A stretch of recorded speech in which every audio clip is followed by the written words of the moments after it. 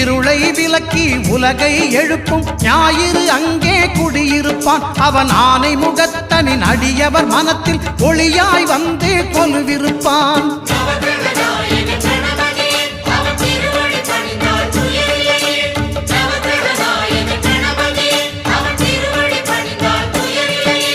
ஒன்பது கோளும் ஒன்றாய் காண அங்கு கற்பகம் என்னும் கடவுளின் மெய்யில்